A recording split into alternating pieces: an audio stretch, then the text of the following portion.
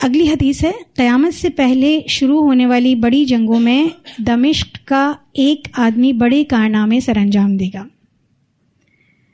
حضرت ابو ہریرہ رضی اللہ عنہ کہتے ہیں رسول اللہ صلی اللہ علیہ وسلم نے فرمایا، جب جنگیں شروع ہوں گی تو دمشق سے ایک اجمی شخص اٹھے گا جو سب سے بڑھ کر شہ سوار ہوگا اور اس کے پاس بہترین ہتھیار ہوں گے، اللہ تعالیٰ اس کے ذریعے اپنے دین کی مدد فرمائے گا۔ اسے ابن ماجہ نے روایت کیا ہے۔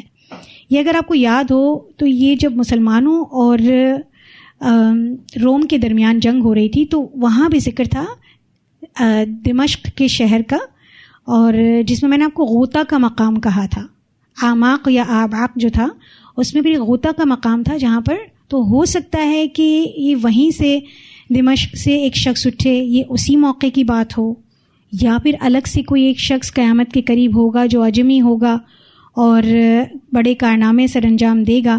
بہرحال یہ اجمی شخص ہوگا جو کہ اسلام کو تقویت دے گا، جس کے پاس بہت صلاحیتیں ہوں گی، شہ سوار بھی ہوگا اور اس کے پاس بہترین ہتھیار ہوں گے، اور یہ اپنی جتنی بھی اس کے پاس سمجھ لیں اس کا مال ہے نا، یہ مال کے ذریعے جہاد کرے گا تو اپنے سارا مال، اپنی ساری صلاحیتیں اسلام کے لیے وقف کر دے گا۔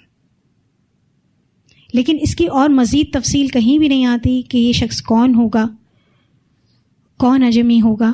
بہرحال یہ ایک اجمی ہوگا جو کہ اجمیوں کے لیے ایک بہت اچھی نبی صلی اللہ علیہ وسلم نے پیشن گوئی کی ہے، کیونکہ جہاں عربوں نے مسلمانوں کی اور دین اسلام کی بہت خدمت کی ہے، وہاں اجمیوں کی خدمت تاریخ بتاتی ہے کہ عربوں سے بھی زیادہ ہے، علمی میدان میں اسپیشلی۔ تو یہاں پر اللہ تعالیٰ کے رسول صلی اللہ علیہ وسلم شہ سوار کے بارے میں بھی یہ بتا رہے ہیں کہ یہ ایک اجمی شخص ہوگا۔ ہو سکتا ہے کہ یہ قوم ہو، کیونکہ یہاں کہا جا رہا ہے کہ اس کے پاس بہترین ہتھیار ہوں گے، تو ہو سکتا ہے کہ یہ کوئی قبیلہ ہو جو ایک شخص کی ماتحتی میں ہو سکتا ہے کہ خلافت میں ہو، تو اس پوری قوم کو ایک شخص کہا گیا ہو، کیونکہ پوری قوم اس کے ایسے تابع ہوگی کہ جو وہ کہتا ہوگا وہ قوم کرے گی، واللہ عالم۔ اس کی کئی ڈیٹیلز مل سکتی ہیں، لیکن حدیث میں صرف فقط اتنا ہی ملتا ہے۔ یہاں تک الحمدللہ ہمارا ٹاپک مکمل ہو گیا ہے، اللہ سبحانہ تعالیٰ قبول فرمائے۔ ویسے دیکھا جائے تو جنگیں ہمارا ٹاپک ہوتی نہیں ہیں، تھوڑا سا ڈرائی ٹاپک ہے، لیکن چونکہ یہ علامات قیامت کا ایک ٹاپک تھا تو ہمیں پڑھنا تو تھا ہی۔ اب میں آپ سے تھوڑا سا ڈسکشن لینا چاہوں گی کہ آپ نے کیا سوچا اس ملاحم کے چیپٹر کو پڑھتے ہوئے۔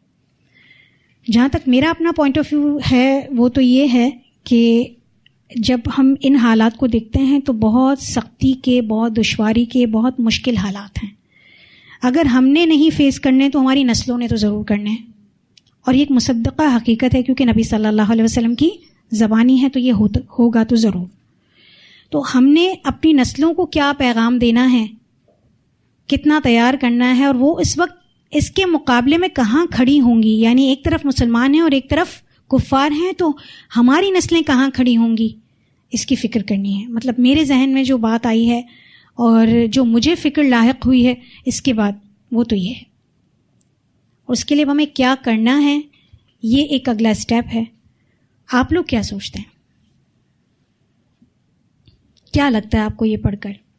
ایک تو وہ جنگی زمانہ تھا جو نبی صلی اللہ علیہ وسلم صحابہ کرام نے جس کو فیس کیا، جس کے بعد آج ہم بہت آرام سے قرآن پاک پڑھ رہے ہیں، احادیث کا مجموعہ پڑھ رہے ہیں، آرام سے مساجد میں نماز پڑھنے جاتے ہیں، بہت آزادی سے اپنے ملک میں رہتے ہیں، کلمہ توحید کہنے میں کسی قسم کی کوئی مشکل اور دشواری نہیں ہے، جن کو لا الہ الا اللہ کہنے پر زنجیروں سے باندھ دیا جاتا تھا، جن کو کھانا پینا نہیں ملتا تھا، ایسی خوشبو لگا کر اس وقت مسلمان ہونے سے پہلے کفر کی حالت میں نکلتے تھے کہ لوگ ان کی صرف خوشبو اور ان کا لباس دیکھنے کے لیے گھروں سے نکل آتے تھے کہ آج انہوں نے کیا پہنا ہے، لیکن جب وہ مسلمان ہوئے تو ان کے جسم پر لباس تک نہیں تھا۔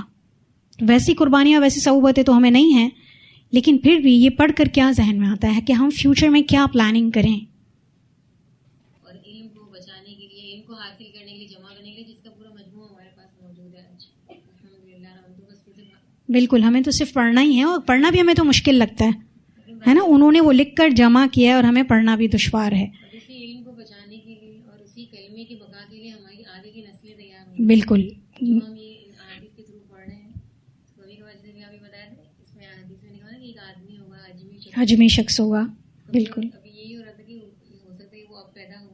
بالکل. اسی طرح امام مہدی کا ٹاپک جو انشاءاللہ ہمارا اگلا ٹاپک ہے, تو اس میں بھی جو ان کو تقویت پہنچانے آئیں گے تو وہ بھی اجمی بھی ان میں ہوں گے. ایسا لگ رہا ہے کہ اس طریقے سے صحابہ کرام اور صحابہ ٹھیک ہے نا. اس کے بعد ابھی جو جن لوگوں کا ذکر ہو رہا ہے وہ بھی اتنے ہی مضبوط ہیں. بالکل بالکل. ان کو مضبوط کرنے کے لیے آج ہم اپنے آپ کو دیکھتے ہیں, اپنی نسلوں کو دیکھتے ہیں, ہم تو بالکل ویک ہیں. بالکل. جیسی یہ والی ہم جنگیں پڑھ رہے ہیں, بالکل ایسا ہی لگ رہا ہے کہ یہ والے مسلمان صحابہ کرام کے تنہا, صحابہ کرام جیسا تو کوئی بھی نہیں ہو سکتا, لیکن ایک حد تک کوشش ضرور ان کی ہوگی کہ ہم مسلمان ہو کر اپنا فرض ادا کریں اور اسلام کو بچانے کی پوری کوشش کریں. تو ایک ایسا لگتا ہے کہ وہی مسلمان, ویسے ہی مسلمان دوبارہ آ جائیں گے جو ہماری طرح بزدل نہیں ہوں گے, بے ایمان نہیں ہوں گے, دھوکے باز نہیں ہوں گے, جھوٹے نہیں ہوں گے. کیونکہ آج ہم دیکھیں تو ہماری قوم میں ہر طرح کی اخلاقی برائی آ گئی ہے. اس وقت دنیا کی سب سے کرپٹ ترین قوم ہماری قوم ہے. اللہ سبحانہ وتعالیٰ محفوظ رکھے, ہدایت عطا فرمائے ہم سب کو, خواہ وہ عوامی لیول پر ہو یا وہ حکومتی سطح پر ہو, ہم سب کو ون ٹو آل سب کو چینج ہونے کی ضرورت ہے. بہرحال اللہ سبحانہ وتعالیٰ ہماری نسلوں کو واقعی ایسا بنا دے کہ ہم ایسی نسلیں تیار کر جائیں کہ وہ جیسے مسلمانوں کے اس میں حالات ہوں گے اس میں وہ سروائیو کر سکیں. اور جو ایک بہت بڑا فتنہ ان تمام کا اینڈ جس پہ کیا گیا کہ سب سے بڑا فتنہ دجال آئے گا, جو نبی صلی اللہ علیہ وسلم کی احادیث ہی کہ ان جنگوں کے بعد ایک اس سے بھی بڑا جو فتنہ ہے قسطنطینیہ کے بعد آئے گا, وہ کیا ہے؟ دجال ہے. اور وہ تو ایسا ہے کہ جس میں انسان مسلمان, بہت سارے مسلمان بھی ایسے ہو جائیں گے جو اس کے بہکاوے میں آ جائیں گے. بالکل اچھے خاصے شرک سے, کیونکہ اس کے ایک ہاتھ میں جنت اور ایک ہاتھ میں جہنم ہوگی. واللہ عالم کس طرح وہ لے کر گھومے گا اور کس طرح کی وہ آزمائش ہوگی اور کیا اس وقت حالات ہوں گے. اللہ سبحانہ تعالیٰ محفوظ رکھے. جی اور کچھ کہنا چاہیں گے ورنہ پھر ہم اگلا ٹاپک شروع کریں. کچھ سیکھا آپ نے اس سے؟ کیا سیکھا؟ کیا کریں گے؟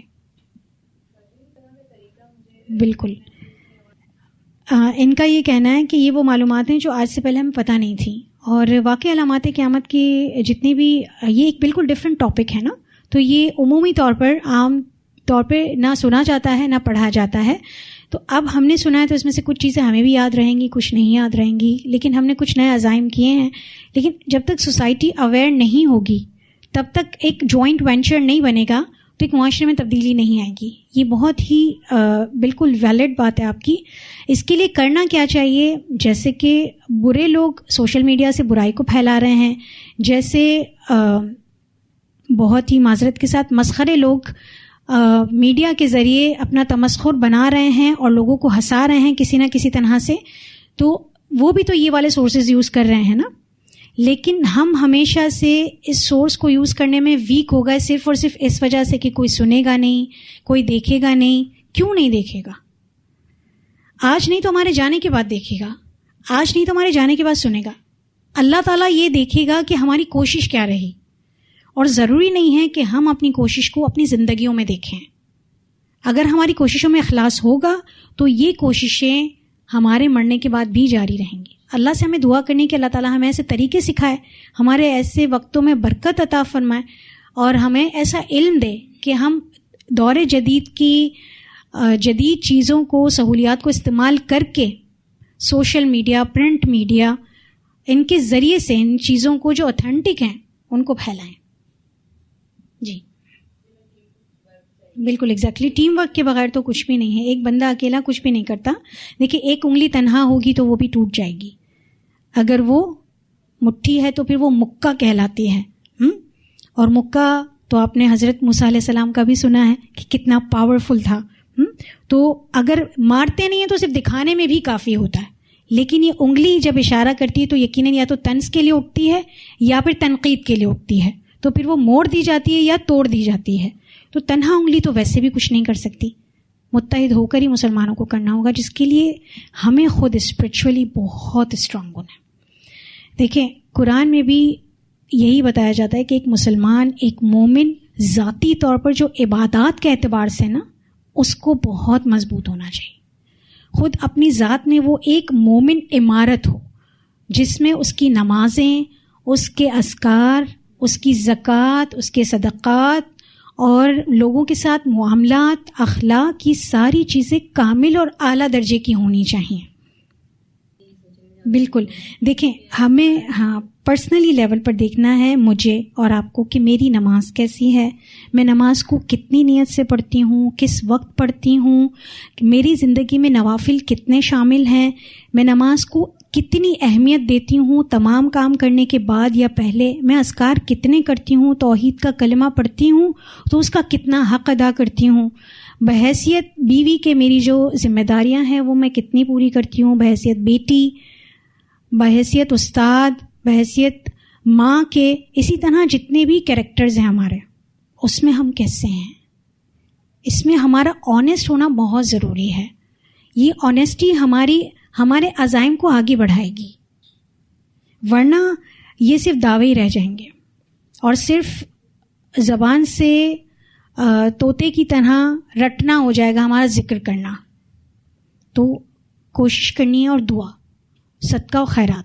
2 رکعت نماز نفل ہم سب انشاءاللہ پڑھیں گے کہ اللہ تعالیٰ ہماری عبادات کو بہت بہتر کرے، ہماری اپنی ذات جیسی اللہ تعالیٰ دیکھنا چاہتا ہے ہم ویسے بنیں انشاءاللہ، تاکہ ہماری زبان سے صرف حق نکلے اور وہ حق واقعی زبان سے نکل کر لوگوں کے دلوں میں جائے.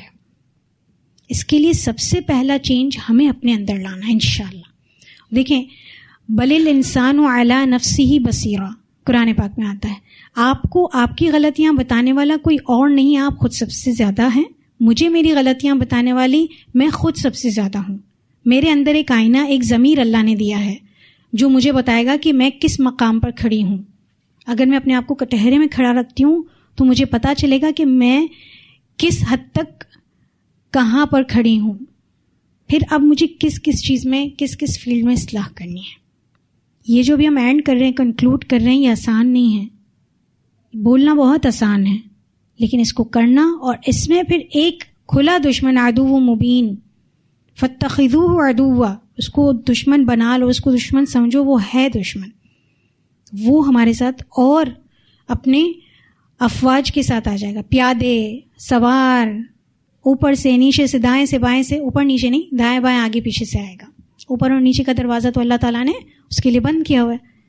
تو یہ ساری چیزیں بہت ضروری ہیں کیونکہ پتہ نہیں کہ کب سچویشن چینج ہو جائے اور کب سڈن کیا حالات ہو جائیں. یہاں تک الحمدللہ ہمارا ٹاپک مکمل ہو گیا ہے. اللہ سبحانہ تعالیٰ قبول فرمائے.